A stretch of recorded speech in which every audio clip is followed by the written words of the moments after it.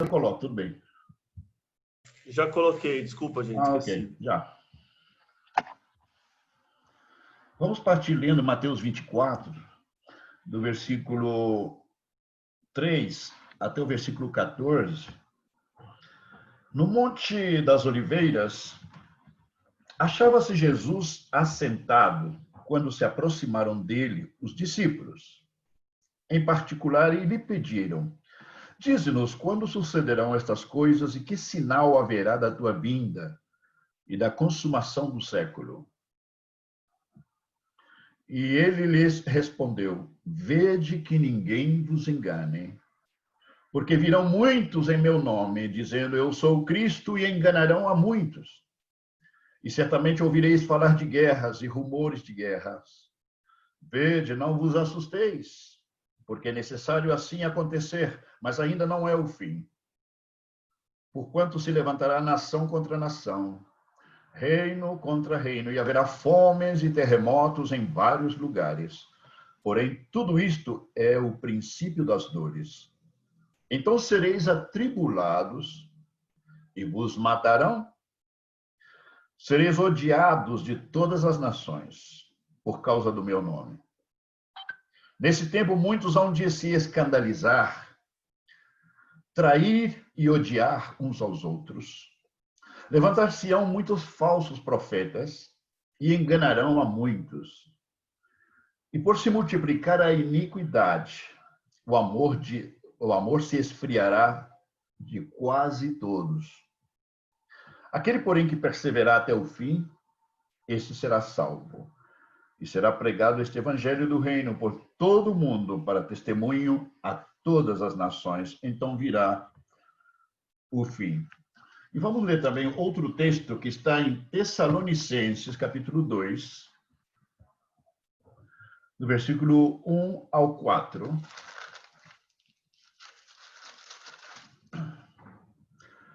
Irmãos, no que diz respeito à vinda do Senhor, do nosso Senhor Jesus Cristo, e a nossa reunião com Ele, nós vos exortamos a que não vos demovais da vossa mente com facilidade, nem vos perturbeis, quer por espírito, quer por palavra, quer por epístola, como se procedesse de nós, supondo tenha chegado o dia do Senhor. Ninguém de nenhum modo vos engane. Por isto não acontecerá sem que primeiro venha a apostasia e seja revelado o homem da iniquidade, o filho da perdição, o qual se opõe e se levanta contra tudo que se chama Deus ou é objeto de culto, a ponto de se assentar-se no santuário de Deus, ostentando-se como se fosse o próprio Deus. Não vos recordais de que ainda convosco eu costumava dizer-vos estas coisas? E agora sabeis o que o detém para que ele seja revelado somente em ocasião própria. Queridos, o que eu gostaria de compartilhar com vocês esta manhã, talvez é algo um tanto diferente, ok? Eu gostaria de compartilhar com vocês alguns antecedentes históricos e também espirituais da nossa cultura. Você dirá, o que tem que ver isso com a pregação, né? Eu posso dizer para você que tem tudo que ver como a nossa cultura, a mentalidade do nosso povo, reage quando é confrontado com o evangelho. Tem que ver com isso. E a modo de redimir também o tempo e de simplificar o conteúdo daquilo que eu quero compartilhar, alguma das minhas notas, as anotações que eu tenho feito, eu vou estar lendo também, ok? A nossa cultura, ela é,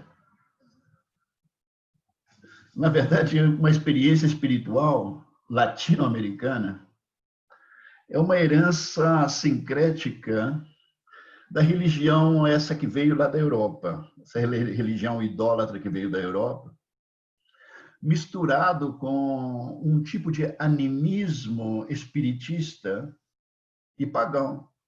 da nossa terra. Então, é uma mistura de crenças que, na verdade, tem feito como um tipo de guiso, né? O guisado espiritual e cultural, de forma de pensamento, que é algo singular, é algo complexo, na verdade.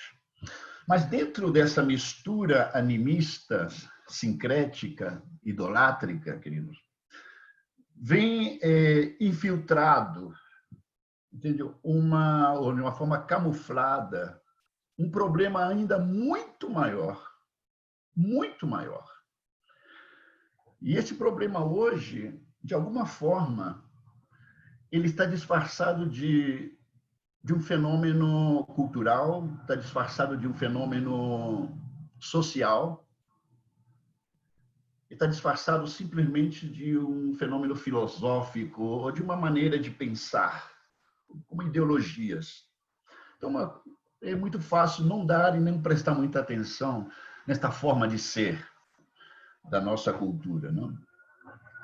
Mas uma vez que o evangelho é revelado na vida nossa, é impressionante como a cortina corre, né? Na minha experiência pessoal, quando o evangelho foi revelado na minha vida, eu cheguei a entender, queridos, que esse problema que é muito maior, que veio camuflado no meio de todo esse sincretismo, se trata, na realidade, não de pensamento, de filosofia, não se trata de costumes, mas se trata mais bem de poderes, potestades espirituais das trevas, que têm oprimido e têm sujeitado e têm submetido praticamente todas as culturas do mundo. E eu gostaria de justamente mencionar, dentre algumas dessas potestades, algumas que eu creio pessoalmente que são predominantes e que têm estado como onipresente, impregnando toda a forma de ser das culturas. E a nossa, falemos da nossa cultura, né? O primeiro dessas potestades espirituais das trevas, que as pessoas pensam que simplesmente é um conceito filosófico, se chama o humanismo. O humanismo. Agora, falar do humanismo seria um tema sumamente extenso, porque é um conceito extremamente amplo e diversificado, se a gente fosse pensar na ideia do humanismo. Mas se nós queremos hoje encarar mais bem a perspectiva bíblica com respeito a esta potestade chamada humanismo. E dentro do ponto de vista bíblico, queridos, o humanismo é tudo aquilo que procede do homem. Olha bem, o humanismo é tudo aquilo que procede do homem desde o seu estado humano natural. Evidentemente, sem nenhum tipo de compromisso com a vontade de Deus ou com os princípios de Deus. Vou repetir, desde o ponto de vista bíblico, o humanismo é tudo aquilo que procede do homem desde o seu estado humano natural e sem compromisso algum com a vontade de Deus ou com os princípios de Deus, nesse caso, né?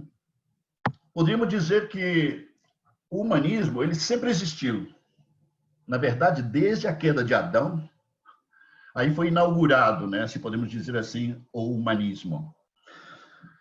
E, logicamente, muitos séculos, milênios passaram, e ele teve a sua, como se diz, seu debut institucional no ano 300 antes da era cristã, justamente durante o apogeu, né, da Grécia clássica, no aparecimento dos filósofos gregos, os mais reconhecidos, Aristóteles, Platão, Sócrates e tantos outros.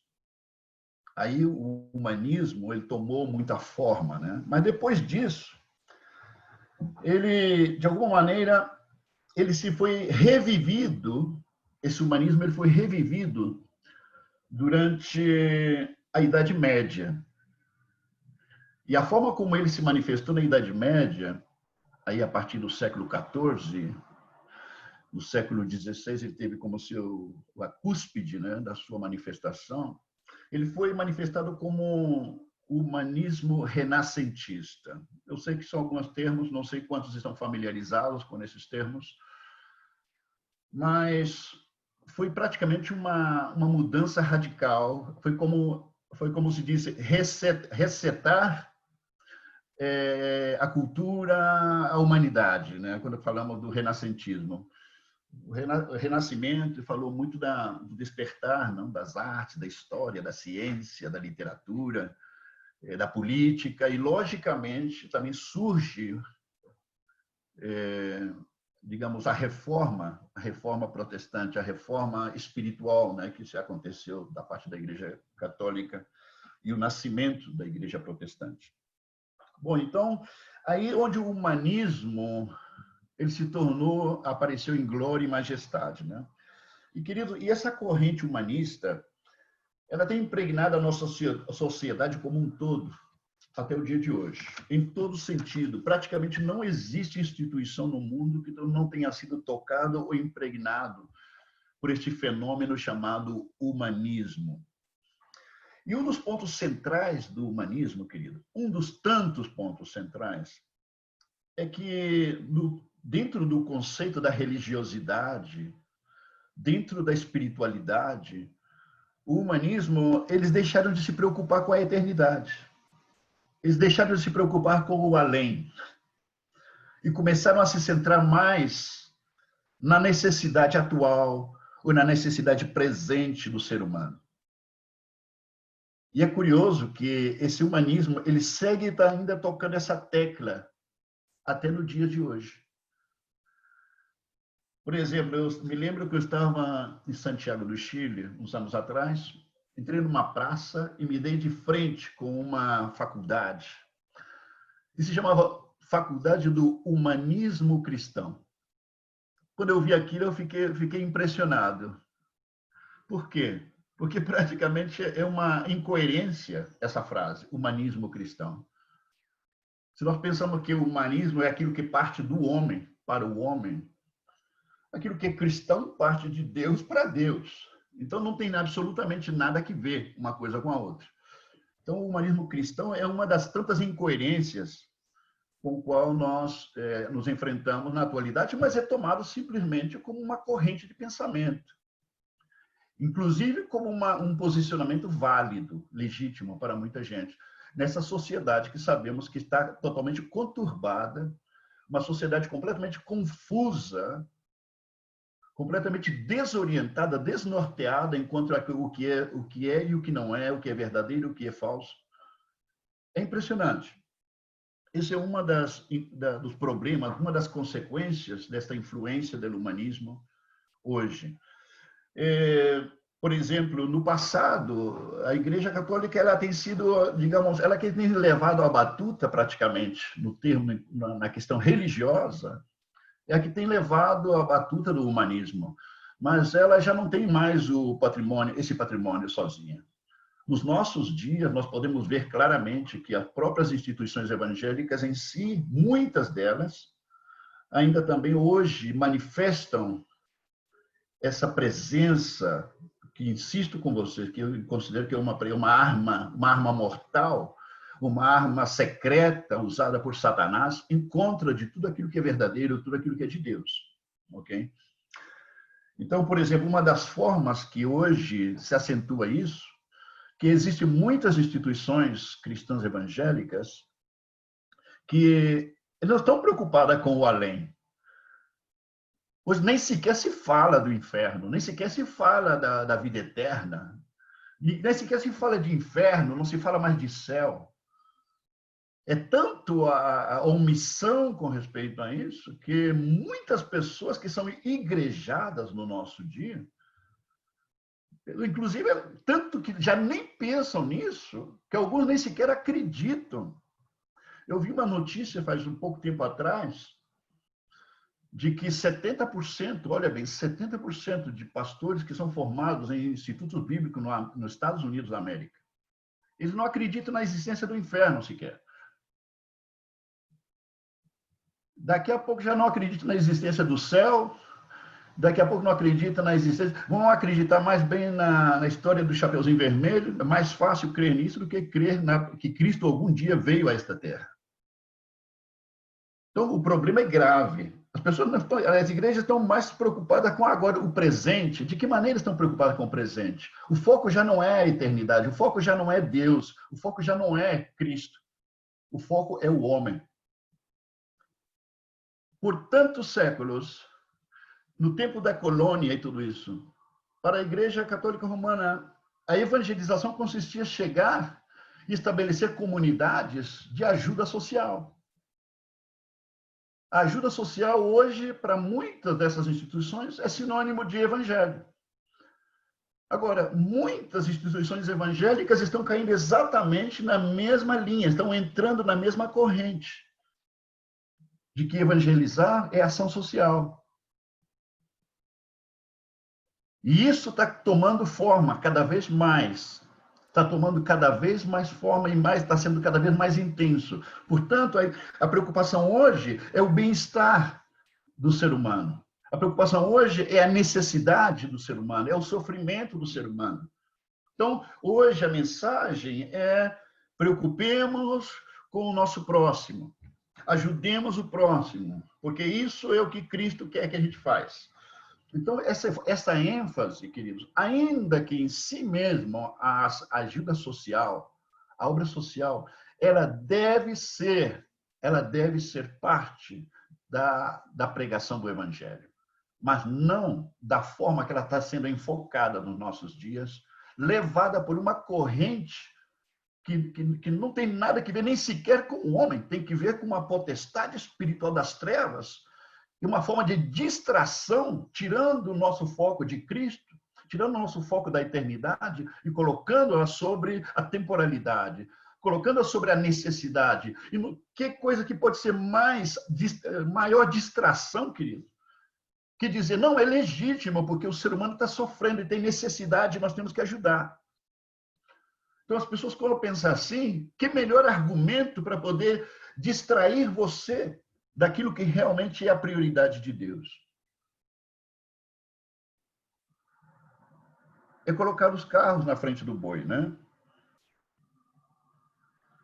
Eu me atrevo a dizer, queridos, com toda a responsabilidade, que o humanismo, como arma do diabo,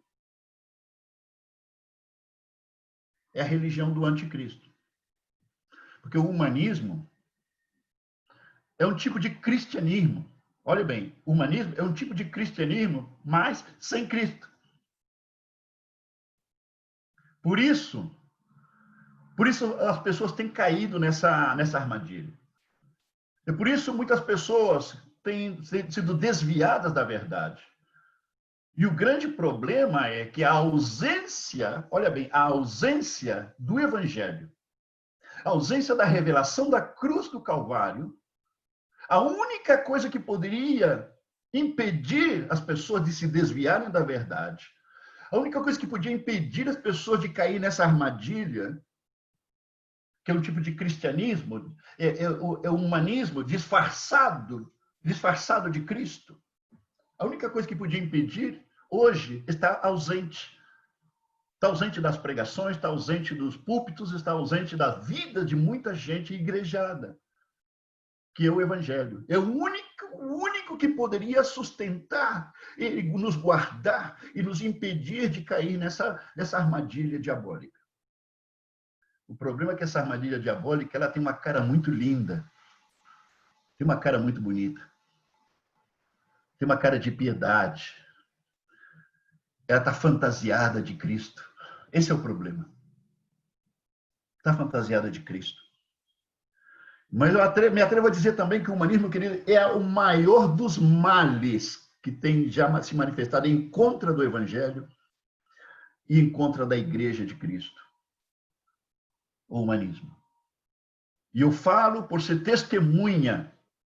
Eu sou testemunha de ver em muitos lugares, em muitos países, a presença dominante, sutil, escondida, disfarçada desse humanismo, como misturado como se fosse a própria fé cristã. A sutileza com qual o povo de Deus está sendo enganado com isso é sumamente incrível.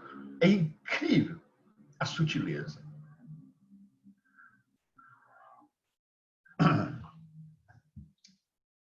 Aquele é um tipo de... Nós vemos hoje no Brasil tantos exemplos disso que eu estou falando. As igrejas hoje não são para adorar a Cristo. Os cultos hoje não são para poder render honra, glória, louvor, adoração a Cristo. Os cultos hoje não são para poder aprender e conhecer a Cristo, para que sejamos como Ele, sejamos mais como Ele. Os cultos hoje são para... As pessoas vão para as igrejas hoje dizendo: eu vou lá para ver o que é que Deus tem para mim hoje. Ou eu vou lá para fazer um pacto com Deus, porque eu tenho esse ou esse outro problema. Curiosamente, esses templos são os mais massivos enquanto à concorrência, enquanto à participação, quero dizer. A presença, os afiliados são os maiores, as maiores aglomerações de pessoas. Olha bem, disfarçado de culto cristão, mas estão ali para buscar alguma coisa para si mesmos. Não estão ali para adorar a Deus. Estão ali porque precisam de alguma coisa. Estão ali porque precisam de trabalho, precisam de dinheiro. Estão ali porque estão doentes, porque se não tivesse doente, se tivesse dinheiro, e se tivesse um bom trabalho, não estariam ali, pode ter certeza. A maioria não estaria ali. Disso que eu estou falando. Disso eu estou falando. E também, todo tipo de reunião, onde os cultos são preparados, não são para Deus, não são para Cristo. Os cultos estão preparados para poder agradar ao público. Estão preparados para poder agradar as pessoas. Para que pessoas se sintam bem ali. Para que as pessoas se sintam aconchegadas, que elas se sintam cobertas, que elas se sintam abençoadas, que elas se sintam realizadas. Querido, o culto bíblico, ele foi desenhado para a honra e glória de Deus, não para a honra e glória do homem. E é tão fácil cair nessa armadilha. É tão fácil, é tão sutil. A prova disso é que a grande maioria das pessoas igrejadas hoje estão amarradas por essa influência. Estão dominadas por essa influência. Entende? É um evangelho antropocêntrico, né? Um evangelho que vem do homem para o homem. Não é para Deus. Não é para Cristo. Queridos, quando nós vemos os exemplos do que era igreja no Novo Testamento, o povo sabia que entregar a vida a Cristo significa perder tudo. Significava até a morte. Significava que tudo era para a glória de Deus, não importava o preço e o custo que tinha que ser pago. Porque o evangelho naquela época era pregado, não como hoje. Hoje, como igreja,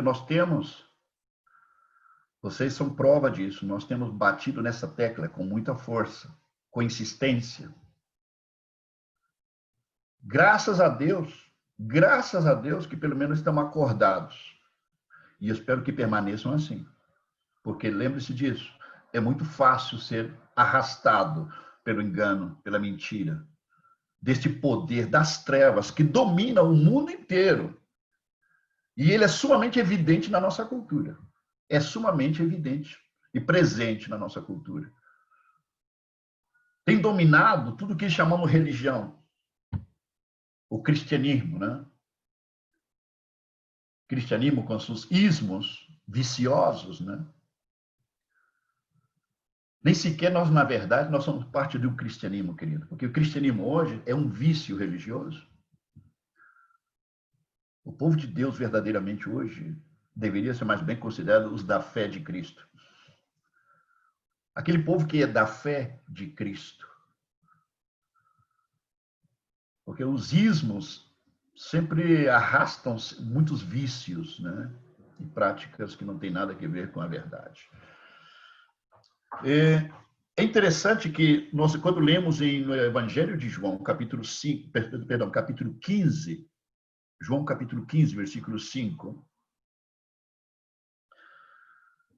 Jesus ele fala uma frase que é muito importante aqui, no contexto disso que eu estou falando.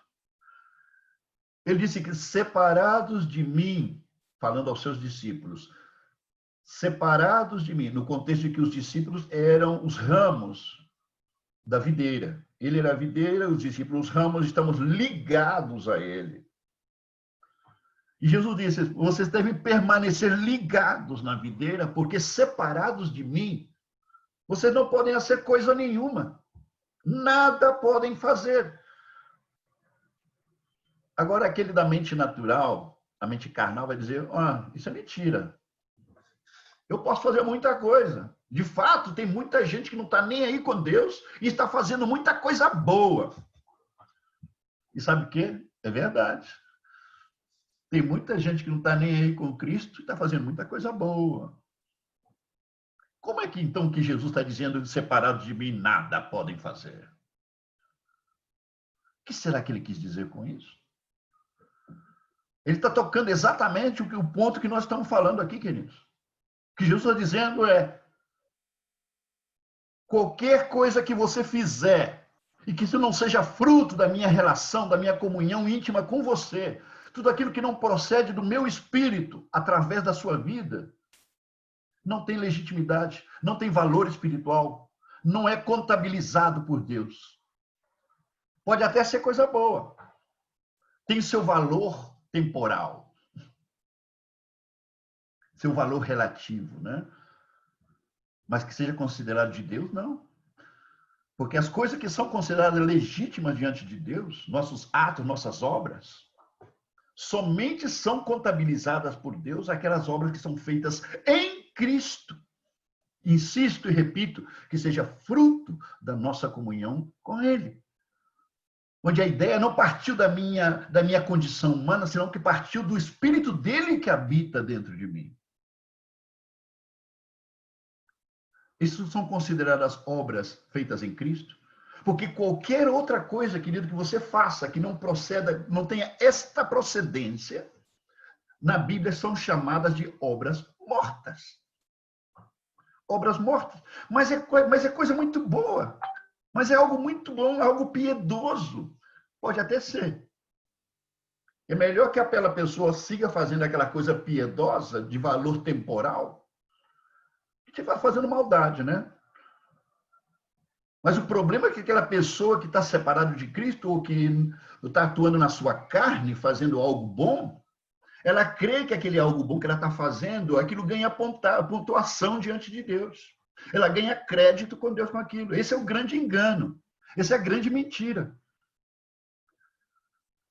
As únicas coisas que nós fazemos em Cristo são as que têm valor diante de Deus.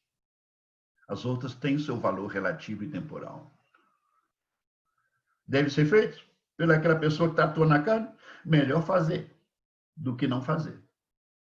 Mas não pensar, não crer que aquilo está ganhando crédito para com Deus, porque isso é um engano das trevas.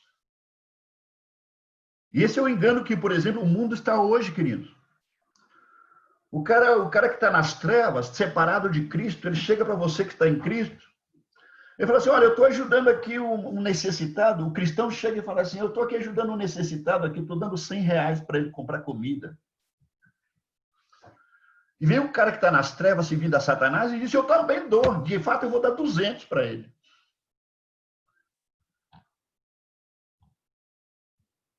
O que está acontecendo ali? Aqueles 200 dados pelo cara nas trevas, que bom, né? Ele está obedecendo à lei do Antigo Testamento. Amando seu próximo como a si mesmo. Mas aquilo não tem valor eterno. Aquilo não tem, ele não ganha absolutamente nada. Nenhum ponto de crédito com Deus com aquilo. Aquilo não serve para ele, para a eternidade. E ele não entende. Ele não entende. Ele falou, como é que é isso? Se eu estou dando 200 e aquele que diz ser cristão está dando 100 e aquilo vale para Deus e o que eu estou falando não vale. Como é que é esse negócio? Porque o cara não entende. Está cego de entendimento. Não conhece o evangelho, não conhece as escrituras, não conhece a mente de Deus, não conhece como Deus pensa. Por isso, queridos, deve ser um ponto de preocupação para nós, porque o humanismo ele está fazendo uma obra extraordinária no meio dos crentes.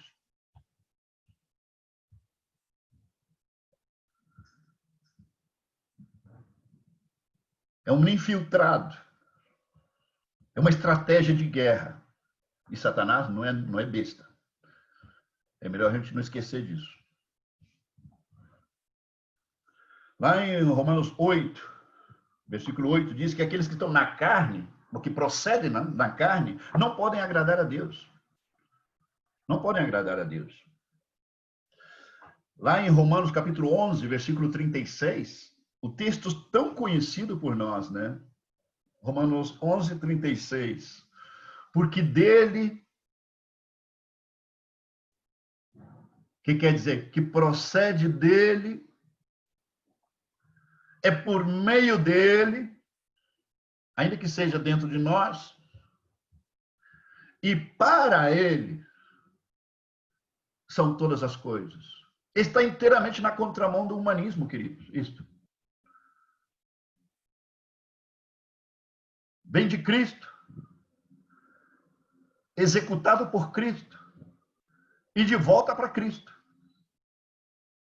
Isso é o que vale para Deus.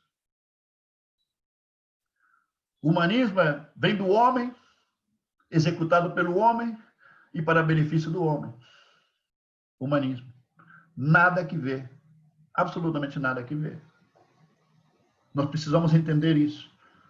Que dentro da nossa humanidade,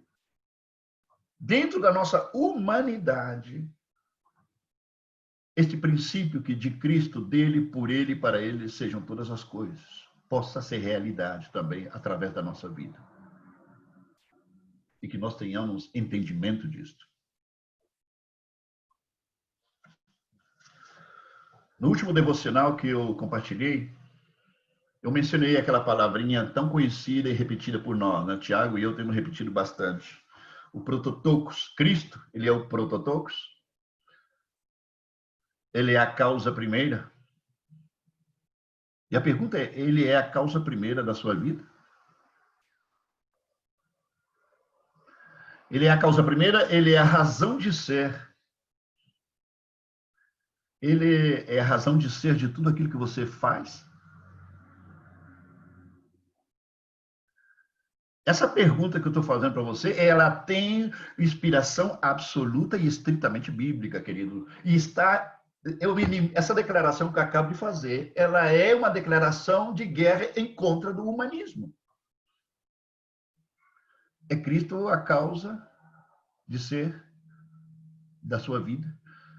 É a razão de ser do que você faz? Porque isso, queridos, isto é ser cristão. O resto é uma piada religiosa de mau gosto.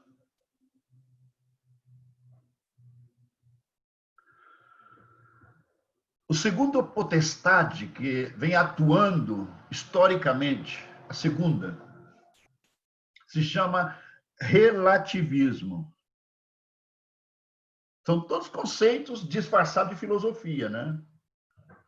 Relativismo. O relativismo, querido, ele está na contramão, olha bem do que eu vou falar. O relativismo, ele está na contramão do absoluto de Deus. Absoluto de Deus. Absoluto, essa palavra proscrita, essa palavra condenada, essa palavra odiada e rejeitada pela mentalidade desta geração. Esta palavra rejeitada, estigmatizada, absoluto.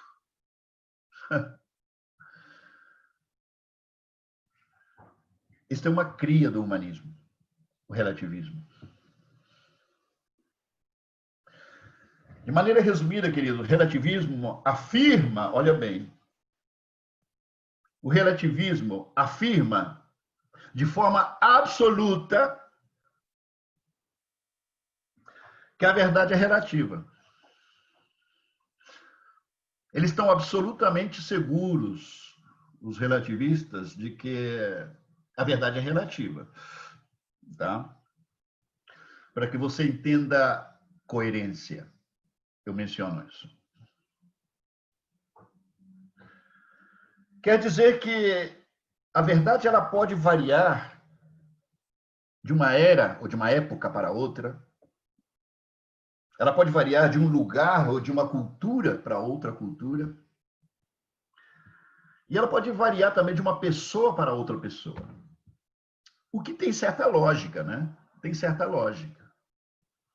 Mas nós não podemos esquecer que nós somos os da fé de Cristo. Nós não podemos esquecer que nós não somos deste mundo. Nós não podemos esquecer que nós não somos cidadãos das cidades onde nós moramos, nem sequer do planeta somos cidadãos. Somos membros da família de Deus, somos concebidos por um poder e por códigos que não são deste planeta. São códigos da eternidade. Porque o próprio Jesus falou, porque eu não sou deste mundo, eles tampouco são deste mundo. Por isso a forma de pensar dos que são meus seguidores, por sua forma de pensar, eles serão odiados. E Jesus fala lá em João 17, 14, ele fala, Pai, eu dei a eles tua palavra, eu dei a eles o teu evangelho, e o mundo os odiou. Por que o mundo os odiou? Primeiro, porque eles já agora não são do mundo. E segundo, porque agora eles estão pensando como nós, Pai, disse Jesus. Agora eles pensam como Deus. Agora eles têm a mente de Cristo e processam as coisas como Cristo. Por isso, são odiados. Porque o que governa, o sistema que governa este mundo é do próprio Satanás. Mas qual é o problema? Tudo é normal, né? Está tudo numa boa, tudo é normal. Eu estou falando de verdadeiros cristãos, queridos. Não essa caricatura de cristianismo que existe na nossa geração. Ok? Por definição, ou parte da definição do relativismo, querido, o relativismo ele é uma fragmentação do pensamento humano. É uma fragmentação. O que quer dizer, você pode ter um computador, você joga ele do 10º andar de um prédio, ele vai se espatifar lá embaixo em não sei quantos centos de pedaços. E cada um desses pedaços vai se levantar e dizer, eu sou o computador. O disco duro do computador vai estar lá, uns não sei quantos metros, alguns parafusos vão estar por outro lado, algumas outras partes do computador vão estar, e cada um vai reclamar que ele é o computador. Esse é o problema do humanismo. Está fragmentado, ele fragmenta o que é o ser humano, ele fragmenta o pensamento humano, ele fragmenta a realidade. Nós precisamos estar conscientes dessa verdade, ok? E no qual cada pessoa tem o seu próprio universo particular. Olha bem, o relativismo que ele tem feito, muitas vezes nós cremos que a ideia do relativismo nasceu na Grécia, né?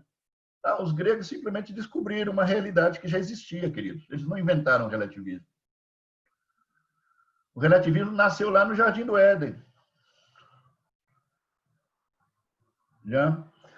E o que acontece é que no relativismo, cada pessoa ele tem seu universo particular, o seu mundo, o seu metro quadrado, né? E aí, nesse metro quadrado, ele tem o seu Deus, ou pelo menos a definição que ele tem do que deve ser Deus na vida dele. Inclusive, ele coloca o nome de Javé, ele coloca o nome de Jesus Cristo no seu Deus, mas é o seu Deus particular. Também tem os seus códigos e sua ética particular também, aí nesse universo particular. Eu estou descrevendo para você, querido, a realidade do mundo. Eu estou descrevendo para você a realidade do ser humano no mundo no qual nós estamos vivendo. Então, nesse universo particular, ele tem também a sua própria verdade. A sua própria verdade. Em outras palavras, querido, enquanto as pessoas sigam ligadas ou oprimidas ou controladas por essa potestade espiritual chamada relativismo, olha bem, enquanto existe essa fragmentação, jamais existirá uma verdade, jamais existirá uma resposta definitiva para qualquer assunto neste mundo. Jamais existirá uma verdade definitiva, jamais existirá uma resposta para qualquer pergunta que exista. Porque essa fragmentação, não estou falando de uma possibilidade, estou falando de uma realidade na qual o ser humano se encontra, e a grande preocupação minha é que o povo de Deus esteja sendo aí agarrado por esse pensamento e por essa forma de pensar.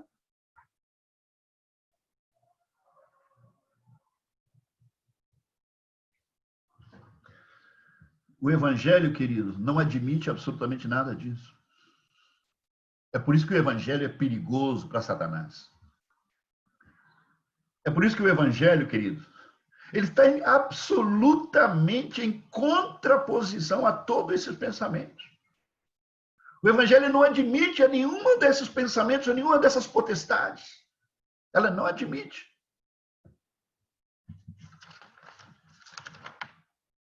O grande problema é que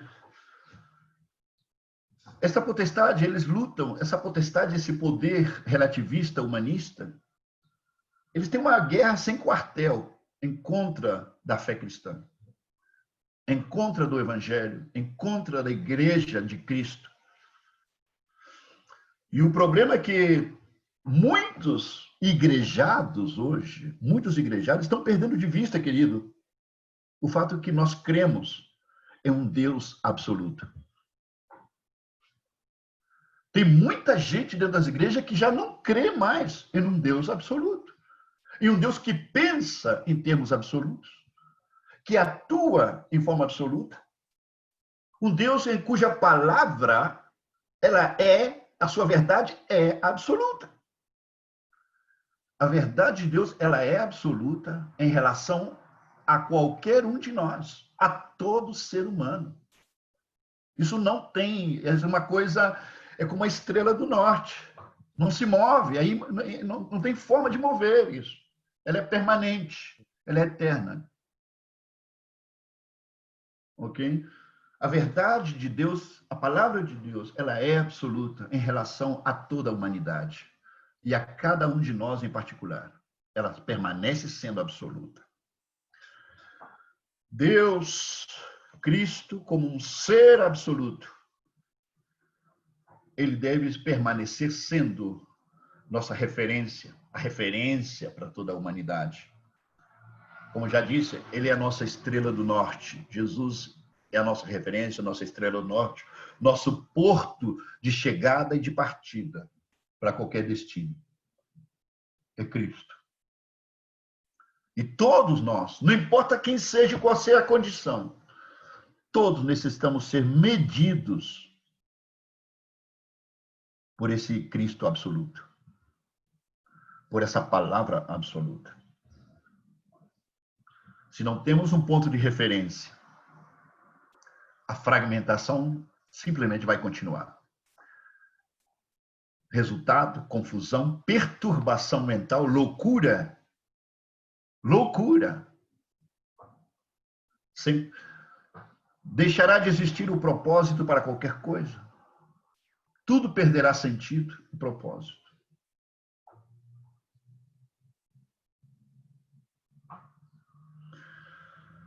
Por esta razão, queridos, é tão importante que nós nunca devemos nos espelhar em outras pessoas. Nós devemos sempre nos espelhar em Cristo.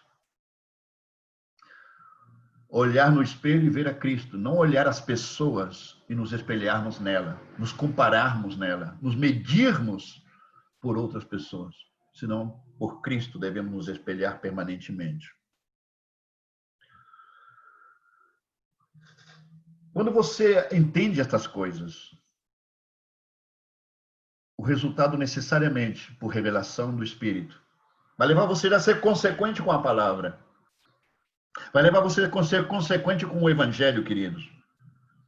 E ao ser consequente com o Evangelho bíblico, você vai ser considerado uma pessoa intolerante. Eu garanto isso para você, eu prometo para você. Se você é uma pessoa consequente com a palavra e com o Evangelho, você é, para este mundo, uma pessoa intolerante. Você é uma pessoa a qual tem que ser rejeitada. Você está louco para este mundo. Bom, sabemos que é assim. O apóstolo Paulo falou, né? Em 1 Coríntios 1:18. A palavra da cruz é loucura para aqueles que se perdem. Mas para nós que somos salvos, poder de Deus. Poder de Deus. O relativismo, queridos, se nós pensamos que se ele está influenciando a vida de qualquer cristão, sempre vai ser a melhor desculpa para seguir pecando. Sempre será a melhor desculpa para você seguir pecando. O relativismo.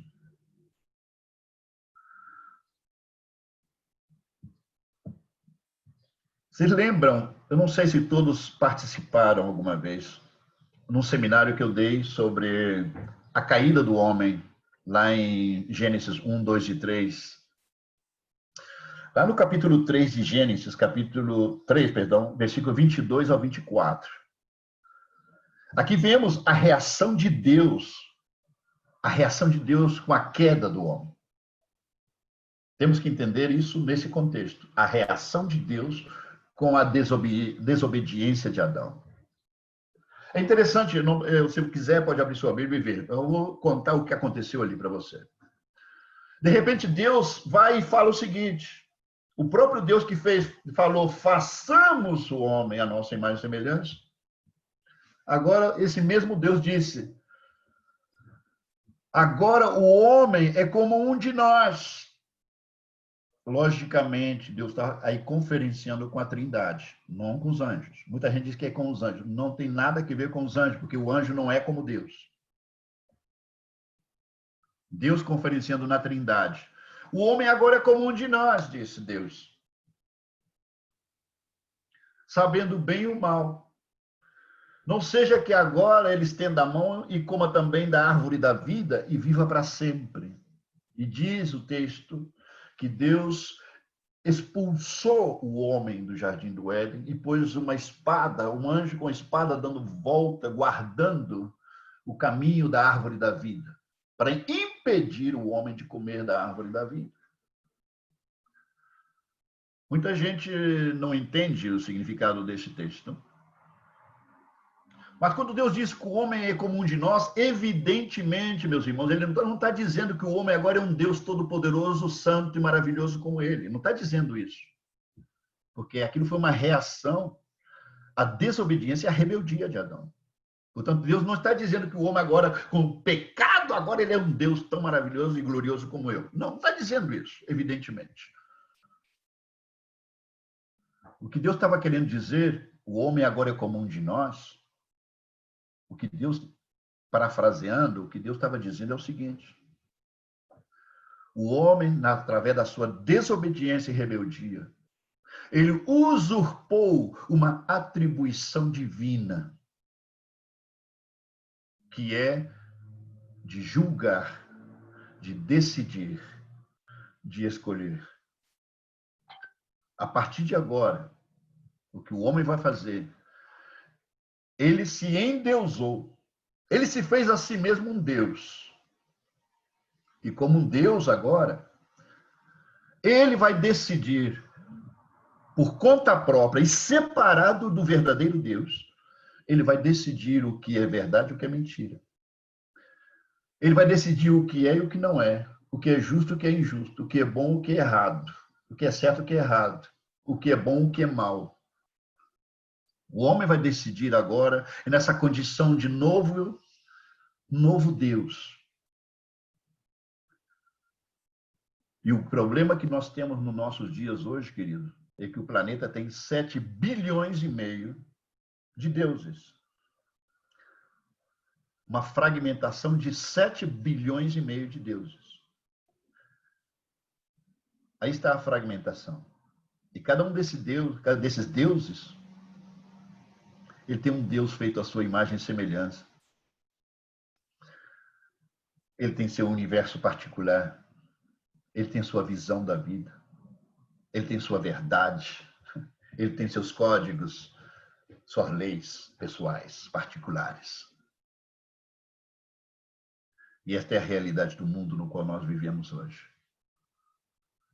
O verdadeiro cristão, aquele que conhece o Evangelho, ele já abandonou o seu universo particular. Faz tempo. O verdadeiro cristão, ele não permanece no seu universo particular.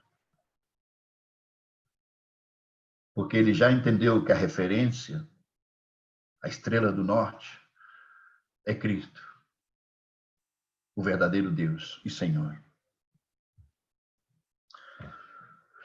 Vamos à terceira potestade que tem influenciado e dominado a mente, o pensamento do ser humano, queridos. É o conceito da neutralidade. Essa temática que eu estou compartilhando com vocês, querida, é um tratado que eu escrevi faz 20 anos atrás. Eu escrevi esse tratado que eu estou compartilhando com vocês, na verdade. Essa ideia da neutralidade é interessante, porque a neutralidade é uma oportunidade para você não se posicionar. Olha bem, a neutralidade é uma oportunidade que você tem de não se posicionar. Mas parece simplesmente um conceito, né? Um conceito social, um conceito filosófico. Mas não é, não. A ideia da neutralidade é uma potestade diabólica, completamente anticristo, a ideia da neutralidade. É interessante, queridos, que a falácia da neutralidade, ela leva a pessoa a um estado de alienação e de comodidade. Ela gera uma alienação e uma comodidade para as pessoas. Até aquela pessoa diz, não, eu sou neutral, né? Eu sou neutro. Não estou a favor nem contra, muito pelo contrário. Parece a Dilma falando, né? Não estou a favor nem contra, muito pelo contrário, né? De repente sou até inteligente, ser neutral. Sou intelectual. Mas na realidade, queridos, a ideia da neutralidade é um escape. É um escape por causa da covardia, a negligência e a falta de compromisso. Neutralidade é sinônimo de covardia, negligência, omissão e falta de compromisso.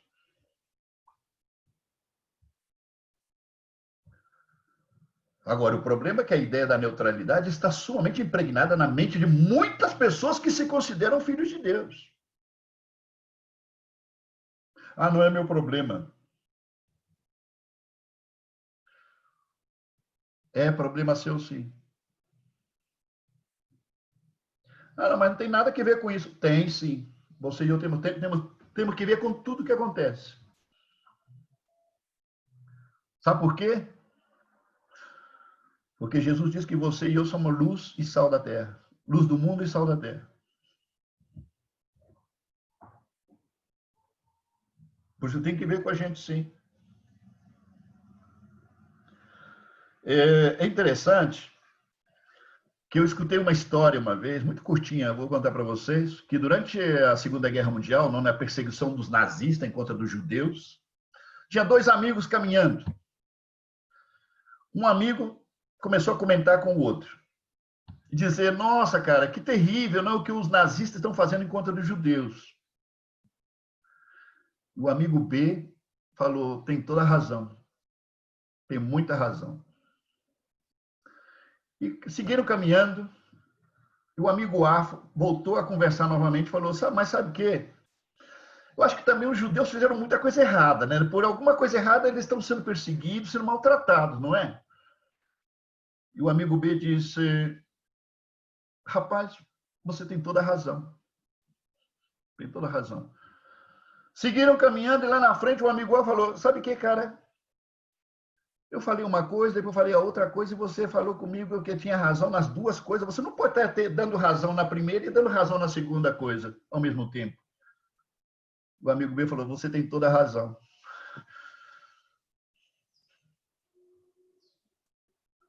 Queridos, odeio o politicamente correto. Odeio o politicamente correto porque é falso e mentiroso. E o problema é que tem muito cristão tentando ser politicamente correto. Por isso são falsos e mentirosos. Ou são negligentes com a verdade.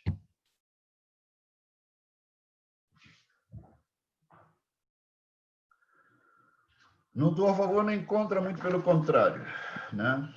Jesus nunca admitiu, a Bíblia nunca admitiu a neutralidade. Sabia disso? Nunca existiu. Existe um texto lá em Josué, no livro de Josué, capítulo 5, versículo 13. Eu vou só mencionar para você o que acontece naquele versículo. Anota aí, depois você lê. Josué 5,13, diz que Josué estava lá sozinho, né, em alguma parte fora do acampamento, e de repente vê um cara vindo na direção dele com uma espada na mão. O que ele não sabia é que aquele cara era um anjo que vinha caminhando em direção a ele. Como Josué viu o cara vindo com a espada na mão, veio e agarrou, pegou a espada dele também e encarou o outro. E Josué pergunta para aquele cara, que é um anjo, você é dos nossos? Do nosso povo? Ou é inimigo? Olha a perguntinha intolerante, fascista do Josué. Você é dos nossos ou é inimigo? Sabe como se chama isso? Não existe muro aí. Não tem muro, não. O muro da comodidade não existe aí.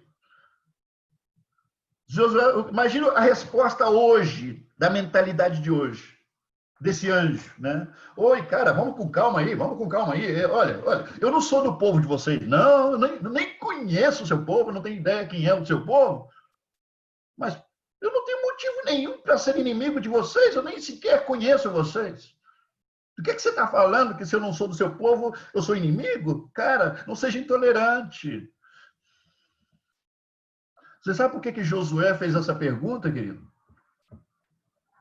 Porque Josué entendeu que Deus não admite neutralidade. Deus não admite neutralidade. Deus não admite ninguém sobre o muro.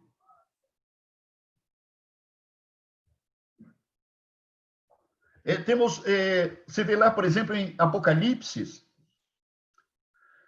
palavra de Deus através a João lá na ilha de Patmos, né?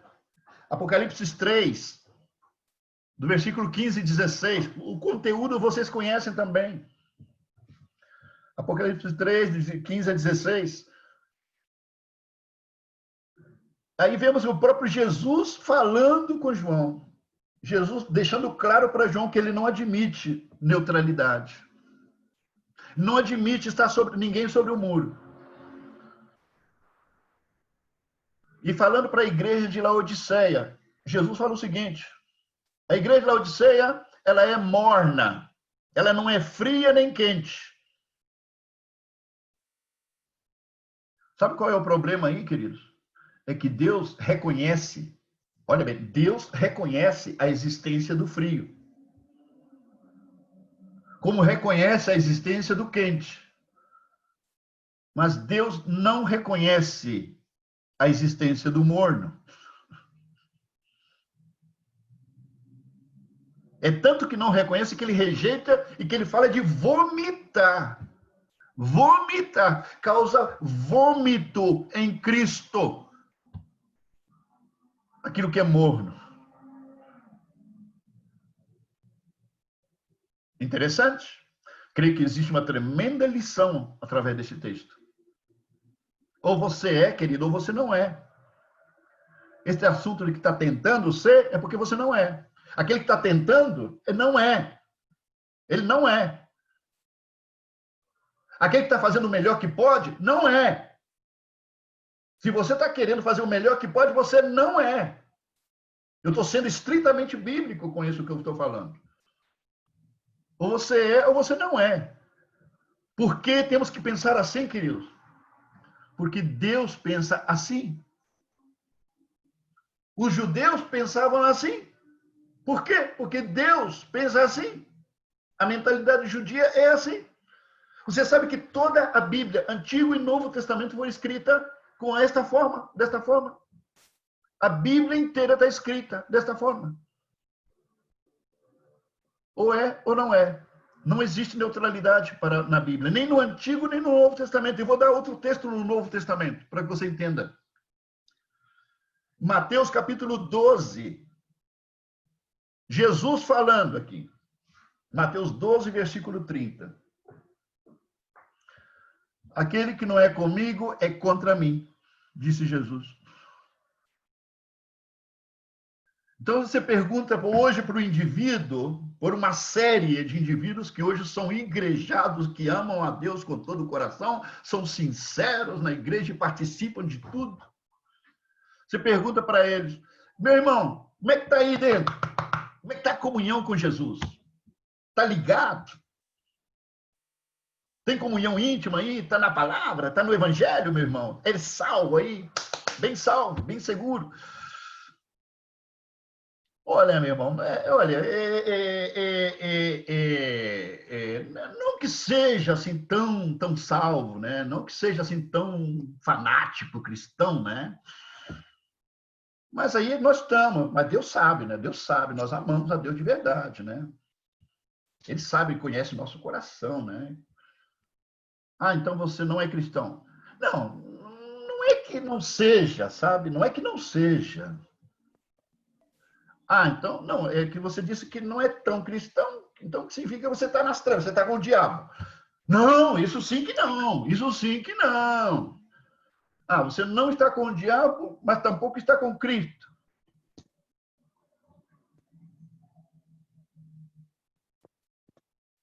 Sabe o que é, meu irmão? O problema é que você não sabe. Bom, você não existe. O problema é que você ainda não entendeu que você não existe. Porque Deus não admite esse posicionamento que você tem. E cuidado, hein? Cuidado que ele falou a última vez, gente desse tipo, ele vomita. Que tal ser vomitado por Cristo? Que tal ser vomitado por Deus? Não. Não é uma boa ideia. Não é boa ideia não, né? Jesus falou, aquele que não está comigo é contra mim. Aquele que comigo não junta, espalha. Que Jesus intolerante, meu irmão. Que Jesus intolerante. Não. Me está entendendo? Esta é a forma de pensar de Deus, querido, explicitada no Antigo e no Novo Testamento. E essa forma de pensar vai totalmente na contramão de toda a forma de ser e de pensar da nossa geração. Dessa geração que nós estamos.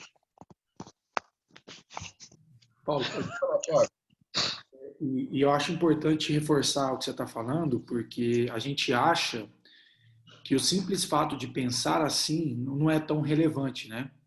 Mas enquanto você falava, eu estava até anotando aqui, porque o pensamento, ele gera um sentimento, que gera uma ação, que gera um resultado. Ou seja, todo o resultado que o homem dá nessa vida é fruto de uma maneira de pensar. Portanto, se nós pensarmos de maneira neutra, né, isso vai afetar completamente, inclusive, o nosso resultado, que a gente está falando de apostasia ou de outra coisa aí. Então, eu penso que quando a gente trata desses assuntos, de fato, experimentarmos essa metanoia, essa mudança de mentalidade, deveria afetar exatamente a nossa conduta, inclusive a respeito de várias coisas, né, da nossa vida cotidiana. Então, por isso que não é só um pensamento isso, né? Isso é, de fato, uma maneira de afetar o nosso resultado final na nossa relação com Deus. Né? Totalmente, totalmente, Tiago. E não esqueçamos, querido, não estamos falando de filosofia. Estamos falando de uma potestade espiritual que domina e controla. E as pessoas estão cegas frente a tudo isso. Porque se trata de cegueira espiritual. Querido, a última potestade, e com isso a gente vai encaminhando para o final da mensagem, a última potestade que eu quero mencionar para vocês se chama religião. Religião. A religião, nós estamos falando aqui do que é e do que não é, né? E a religião, querido, está na contraparte, a contraparte da religião, nós poderíamos chamar a fé cristã. Nem sequer cristianismo, porque insisto e repito, o cristianismo hoje, o que representa é uma religião, com seus ismos viciosos. Ok? Então, falemos mais bem da fé cristã. E sabe o que? Eu descobri, por experiência no campo missionário, durante 40 anos, que o demônio da religião é o mais difícil de ser exorcizado que existe. É o mais difícil de ser expulso. Porque o ser humano, querido, por natureza, é um bicho religioso. O ser humano ele não pode viver sem religião. O único que pode, ser humano que pode viver sem religião é aquele que verdadeiramente conhece a Cristo. Mas estou falando de quem conhece a Cristo de verdade. É o único que pode viver sem religião. Não vive sem crença, né, Paulo? Não pode viver sem crença, não consegue. Porque estamos falando de uma influência espiritual, queridos. Então, o ser humano, ele é, por natureza, um bicho religioso. E sabe o quê? Um personagem conhecido na história. Karl Marx. Karl Marx dizia que a religião é o ópio do povo. Ópio, gente, para quem não sabe, é droga, né? A religião é o ópio do povo. E sabe o quê? Eu estive pensando, não deixa de ter certa razão, o Marx. Não deixa de ter certa razão. Porque se tem algo que vicia o ser humano, justamente é a religião. É impressionante. Marx entendia, quando ele falava isso, ele entendia que a religião foi inventada pelos pobres.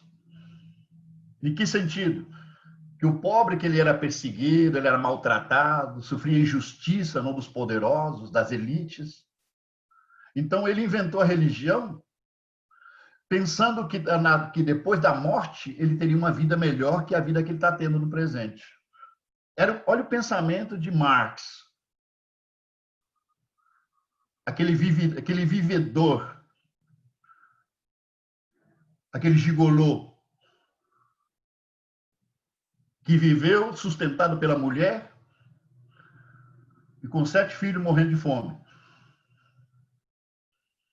Que nunca trabalhou um dia para ninguém. Não soa familiar para vocês isso? Bom, é interessante que conheçam, e se não, busquem, pesquisem, averiguem, conheçam as biografias de certos personagens que se fala muito deles na atualidade.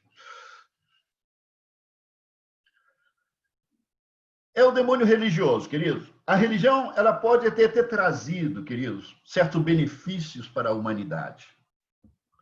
Mas uma coisa eu posso afirmar para você, ela tem feito um estrago incalculável na mensagem do Evangelho. Um estrago incalculável na mensagem do Evangelho. Eu dou um pequeno exemplo para você disso. Eu me lembro que no Chile eu encontrei, me fiz amigo com um rapaz, um uruguaio, e eu compartilhei do evangelho que eu estava recebendo do Senhor com ele.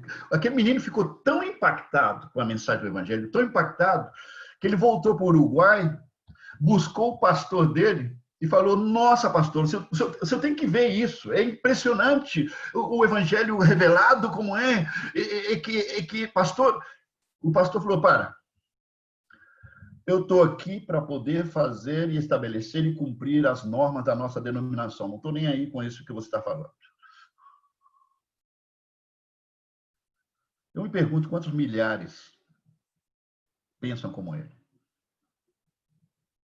Claro, esse rapaz ficou sumamente decepcionado, porque ele estava sendo impactado por uma revelação do evangelho na vida dele.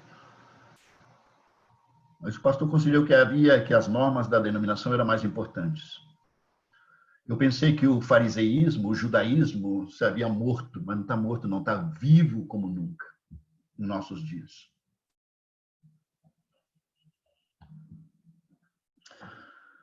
Eu vou ler um texto também com vocês em Mateus, capítulo 15. Mateus 15.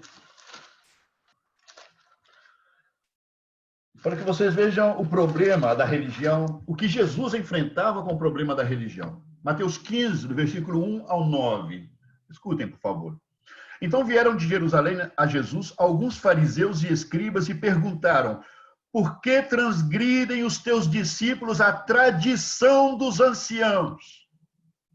Não é o mandamento de Deus, não. É a tradição dos anciãos. Pois não lavam as mãos quando comem. Ele, porém, lhes respondeu: por que transgredis vós também o mandamento de Deus por causa da vossa tradição? Porque Deus ordenou: honra a teu pai e a tua mãe. Quem maldisser o seu pai e a sua mãe seja punido de morte, disse Jesus. Mas vós dizeis: se alguém disser a seu pai ou a sua mãe, é oferta ao Senhor aquilo que poderia aproveitar de mim, esse jamais honrará o seu pai ou a sua mãe. E assim invalidastes a palavra de Deus por causa da vossa tradição. Hipócritas, bem profetizou Isaías a vosso respeito, dizendo: este povo honra-me com os lábios, mas o seu coração está longe de mim. E em vão me adoram, ensinando doutrinas que são preceitos de homens. Está entendendo, queridos? O que não é palavra de Deus, o que não é vontade de Deus, para lata de lixo. É algo que já entendi faz muitos anos. O que não seja vontade e palavra de Deus, para lata do lixo.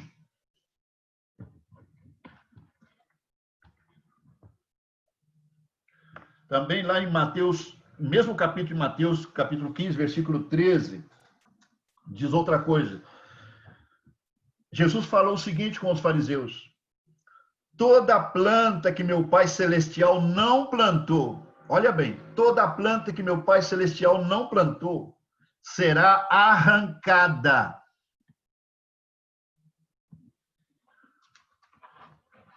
Tudo aquilo que não foi de Deus, querido, tudo aquilo que Deus não veio por orientação, por palavra, por ordem, por vontade de Deus, não tem absolutamente nenhum valor para Deus. Nenhum valor. Nós precisamos estar sensíveis a esta verdade. Porque estamos sitiados por um sistema perverso e corrupto, maligno, disfarçado de cristianismo.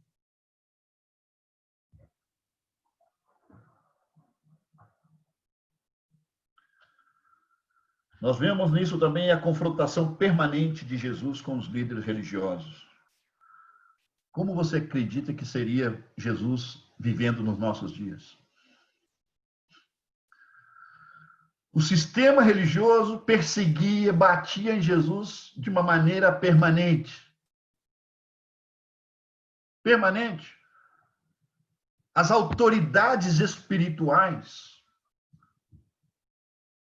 os representantes de Deus na terra, no tempo dele, eram os que mais batiam Jesus e perseguiam a Jesus permanentemente.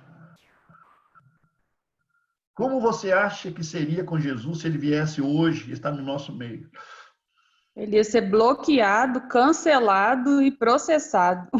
crucificado de novo, né? Ah, mano, já não tem cruz mais não, né? Crucificação já não se pratica mais.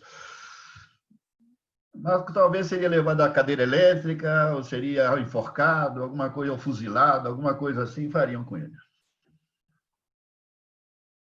Mas, querido, eu estou falando do Cristo a que nós cremos. Estou falando do Deus imutável, inalterável. Aquele que não muda, não tem sombra de variação. Aquele que permanece o mesmo por toda a eternidade. Dele eu estou falando. Eu estou falando de um povo único, rebelde ao sistema deste mundo. Pessoalmente eu creio, honestamente creio, tenho crido nisso há mais de 20 anos. Numa geração que não está atada ao sistema. Uma geração que com Cristo está já comprometida até os ossos, com Cristo até as últimas consequências. Que não esteja atado ao sistema deste mundo. Que não esteja atado à religiosidade desse mundo que já é apóstata em muitos sentidos. Com isso, não estou desconhecendo, quero que vocês entendam, não estou desconhecendo que Deus tem o seu povo espalhado em todas essas denominações por aí. Temos irmãos nossos em muitas dessas igrejas, essas chamadas igrejas, mas são congregações, não são necessariamente igrejas, congregações espalhadas por aí, afora. Temos. Portanto, queridos, do humanismo a uma verdadeira fé cristã. Do relativismo a um zelo pela palavra de Deus, pela vontade de Deus, pelos princípios de Deus. Da neutralidade a um posicionamento comprometido até as últimas consequências com Jesus Cristo.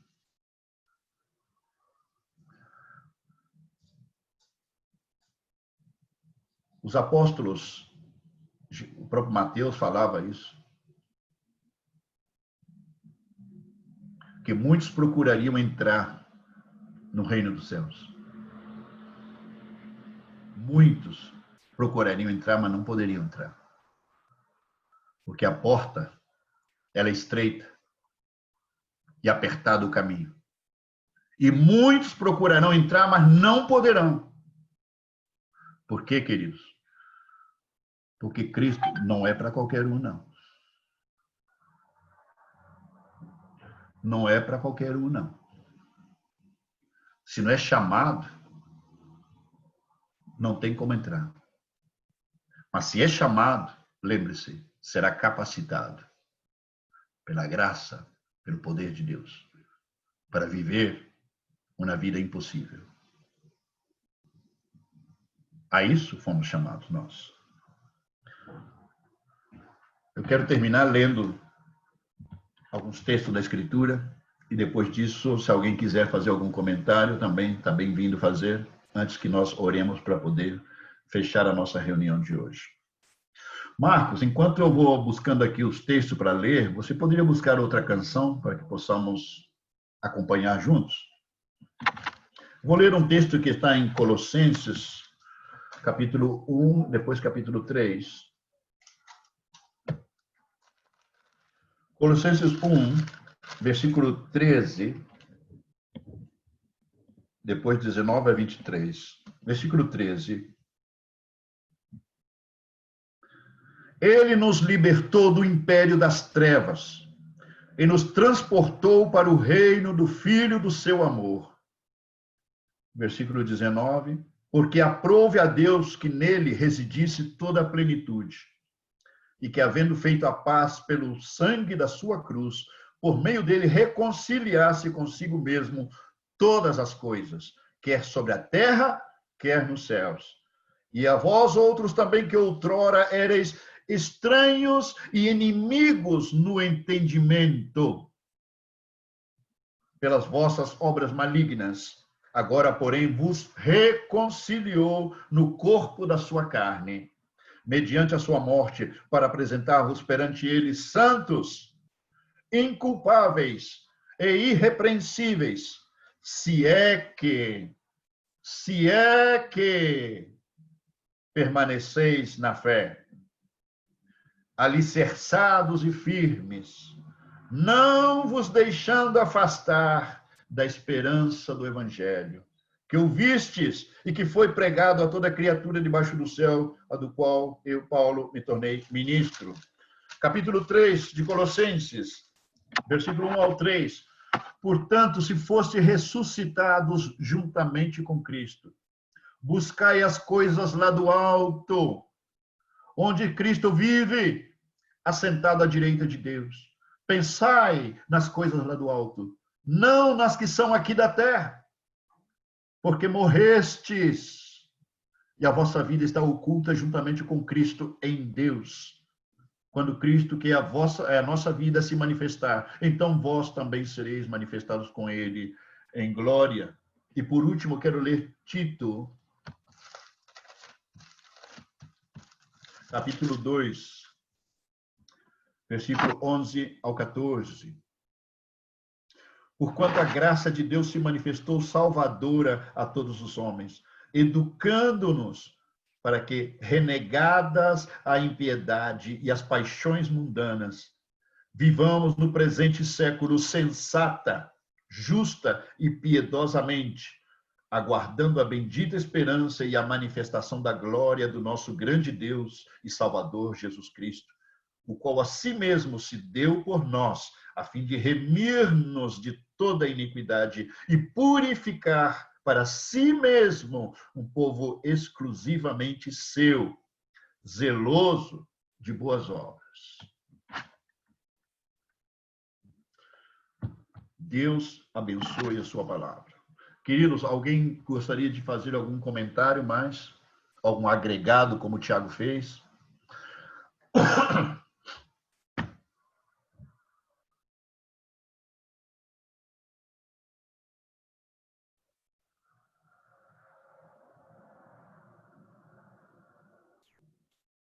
Não está dando para ouvir, está todo mundo falando ao mesmo tempo. Paulo, Oi. você sabe que em Santiago é o único lugar da Bíblia onde usa a palavra religião, não? Tá certo? Não, há outras partes onde usam o termo religião. Tá. Não sei se encaixa dentro o que você está falando da religião, mas em Tiago 1, 27, tem como explicar um pouquinho isso?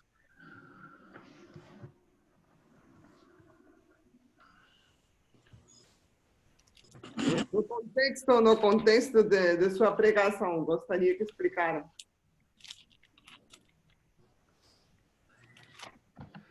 A religião pura e sem mácula para com nosso Deus e Pai é esta: visitar os órfãos e as viúvas nas suas tribulações e a si mesmo guardar-se incontaminado do mundo.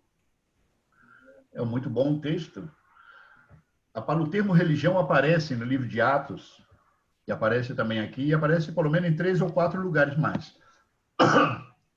Mas é muito importante lembrar que o termo traduzido religião são traduzidos pelo menos de 3 ou 4 palavras gregas diferentes. Portanto, não está falando da mesma coisa, ok? Partamos daí. O termo religião não existe. A palavra, lamentavelmente, a tradução das Bíblias nossas coloca religião porque não encontraram outra palavra, porque não existem outras palavras que podiam traduzir exatamente o sentido da palavra, ok? Por exemplo, as 4 palavras que utiliza para religião, que traduz religião, estão falando de 4 palavras diferentes no Novo Testamento, do grego, ok? Uma delas é latreia, para se referir a culto. Outro é deisidaimonía, que é o termo usado pelo apóstolo Paulo quando ele entrou no Areópago para falar aos gregos, aos filósofos. Mas deisidaimonía, queridos, latreia não significa religião, mas está traduzido como religião nas nossas Bíblias. Deisidaimonía, o significado de deisidaimonía é misticismo, é místico. Não, mas não traduz necessariamente religião, ok? A outra é Eusebeia, que significa, aí vem o nome Eusébio, né? Que significa piedade. Eusebeia é piedade. A tradução literal é piedade, não religião. Porque piedade nos está falando de uma conduta, não de um ritual, ok? E a última que é treskeia, que é a quarta palavra grega, que também se traduz de repente como religião e não é religião. Treskeia está falando mais bem, como eu insisto, é um conceito. Nós não temos uma palavra no nosso idioma que traduz treskeia. Mas a ideia de treskeia é isso, que você possa expressar a uma divindade aquilo que é verdadeiro dentro de você, externalizar aquilo, a verdade interna que você tenha dentro, aquilo que você é, aquilo que você crê, aquilo que você tem dentro de você, aquilo que está no seu coração, expressar com fidelidade, expressar-se de forma genuína a divindade a quem você adora. Então, essa é a ideia de treskeia, ok? Então, são 4 palavras que estão sendo utilizadas que, lamentavelmente, traduz como religião. E o termo religião não existe na Bíblia. Ok? Pelo menos no Novo Testamento não existe. E a prova disso é que estamos falando de 4 palavras. E as 4 são traduzidas como religião, o qual é incorreto. Ok? Por um lado. A outra coisa importante com respeito a esse versículo é que quando fala de que a religião, a prática, né, essa prática piedosa, essa prática ritualista da pessoa que crê na divindade, nesse caso crê em Deus, era visitar os órfãos e as viúvas. Por quê? Você vai encontrar essa expressão de visitar os órfãos e as viúvas em muitas partes da Bíblia, tanto no Antigo como no Novo Testamento. Por quê? Porque era o maior problema social da época, queridos, era esse. O abandono de mulheres e das crianças. Era o grande problema social que havia, a grande carência social que existia era nessa área. Então, está tocando no problema principal da época. A necessidade humana mais importante na época era essa. Tanto assim que até os dízimos eram utilizados no Antigo Testamento para atender também aos órfãos e às viúvas. Não era somente para sustentar o ministro. Ok? E outra coisa diz, e guardar-se incontaminado do mundo. É uma frase simples para dizer tudo aquilo que eu acabei de pregar para vocês.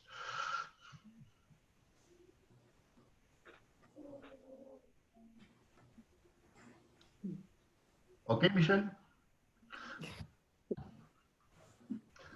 Irmãos, alguém mais quer comentar ou perguntar algo? Todo bem-estar que o homem faz não é para a salvação. Né? Para a salvação, o negócio muda tudo. Né?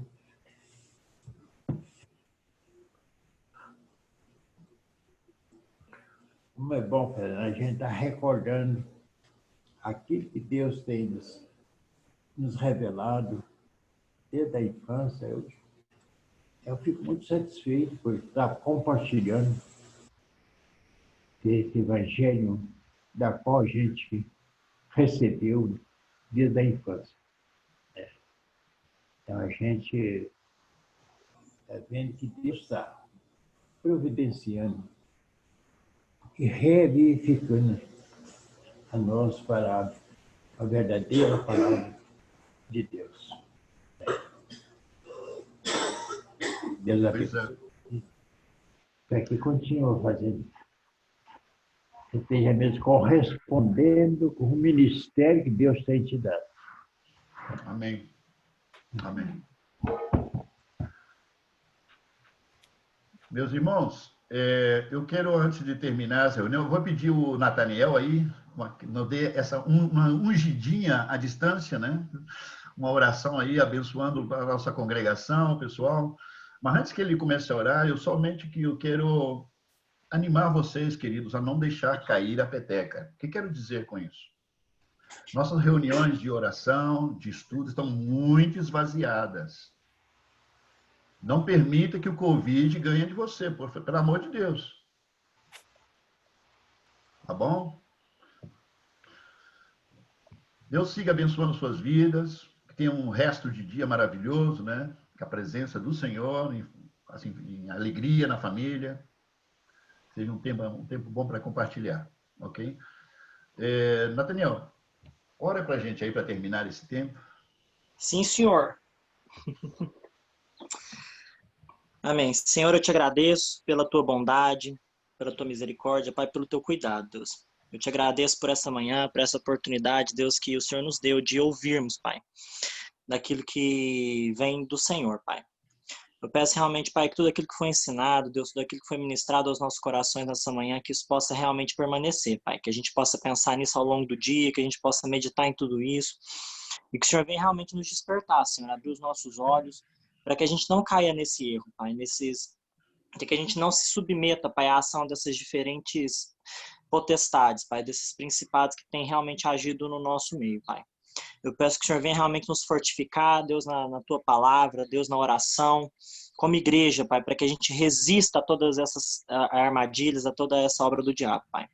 Que o Senhor venha realmente, Deus, se revelar cada vez mais a nós e que a gente possa continuar, Deus, firmes como igreja, Pai, crescendo e se parecendo cada vez mais com o Senhor. Eu peço que o Senhor abençoe o dia de cada um, Deus, que está aqui nessa reunião, por onde quer que eles estejam, Senhor, e que o Senhor siga falando aos nossos corações. É no nome do Senhor Jesus que eu oro e que eu te agradeço, Pai. Amém. Amém. Queridos, um grande abraço para todos. Se Deus quiser, nós